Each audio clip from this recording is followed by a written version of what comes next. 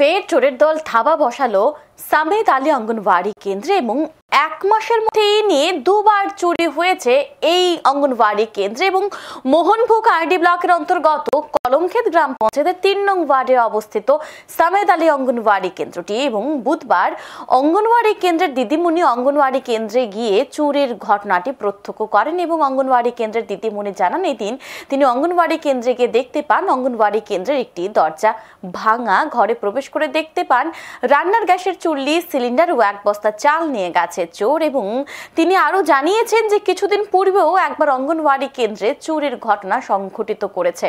আমরা এই বিষয়ে বিস্তারিত জানবো আমাদের বিশালগড়ের প্রতিনিধি জীবন সাহার কাছ থেকে। জীবন, কিভাবে প্রতিনিয়ত চুরিকাণ্ড ঘটছে এবং সেই জায়গায় দাঁড়িয়ে পুলিশের কি ভূমিকা রয়েছে?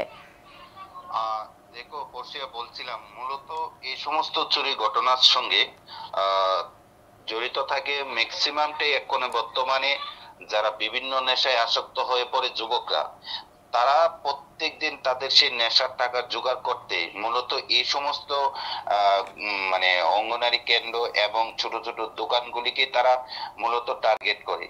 এখন বর্তমানে আইসিডিএস এর তরফ থেকে অঙ্গনারী সেন্টারে গর্ভবতী মহিলাদের জন্য বিভিন্ন রকমের খাদ্য সামগ্রী দেওয়া হয়, পাশাপাশি যারা পড়ুয়ারা রয়েছে মানে অঙ্গনারী সেন্টারে তাদের জন্য অনেক খাবার দেওয়া হয়। তো মূলত এই 9 মাসের মধ্যে এই অঙ্গনারী সেন্টারে একাধিকবার চুরি কাণ্ড হয়েছে। পুলিশকে জানানো সত্ত্বেও সে সমস্ত চোর পাশাপাশি এই নেশাগ্রস্ত যুবকদের ধরতে পারছেন না পুলিশ, এমনটা অভিযোগ করেন এলাকাবাসী। ঠিক গতকালকেও কলমক্ষেত এলাকার সমেদ আলী অঙ্গনারী সেন্টারে তালা ভেঙে চোরের দল 1 বস্তা চাউল এবং গ্যাসের চুলি সহ অনেক কিছু জিনিস নিয়ে যায় এবং লন্ডমন্ড করে দেয়। পাশাপাশি অঙ্গনারী সেন্টারে যিনি দিদিমণি রয়েছেন, উনিও একটা স্কুলে প্রত্যেক বছর একটা প্রোগ্রাম করে, তার জন্য তিনি কিছু কিছু অর্থ সেখানে রাখেন একটা বক্সের মধ্যে, সেই বক্সটা পর্যন্ত নিয়ে যায়। মূলত এই চুরির ঘটনার সঙ্গে এই নেশাগ্রস্ত যুবকরাই জড়িত রয়েছে, ঠিক আছে, তাদের কোন রকম ধরার উদ্যোগ নেই পুলিশের, অভিযোগ করেন এলাকাবাসী। আর এই প্রতিনিয়ত চুরির ঘটনা ঘটছে, পুলিশকে জানানো সত্ত্বেও এলাকাতে কোন রকম টহল দেয় না বলে অভিযোগ করেন। পরশিয়া, অসংখ্য ধন্যবাদ জীবন সঙ্গে থাকার জন্য। বিস্তারিত কি রয়েছে আমরা দেখবো আরো একবার। তালা ভেঙে একটা দরজার ফাঁকা এমনি আপডেট হয়ে গেছে, তালা কিছু করি না, একটা দরজা খোলা আছে। তো নিচ্ছে গা এই গ্যাসের চুলা নিচ্ছে গা, সিলিন্ডার নিচ্ছে গা, 1 বস্তা চাল দিয়ে গেছে গা, ঘরের যা জিনিসপত্র আছে সব আটাইয়া চাইয়া টাইয়া সব করে গেছে।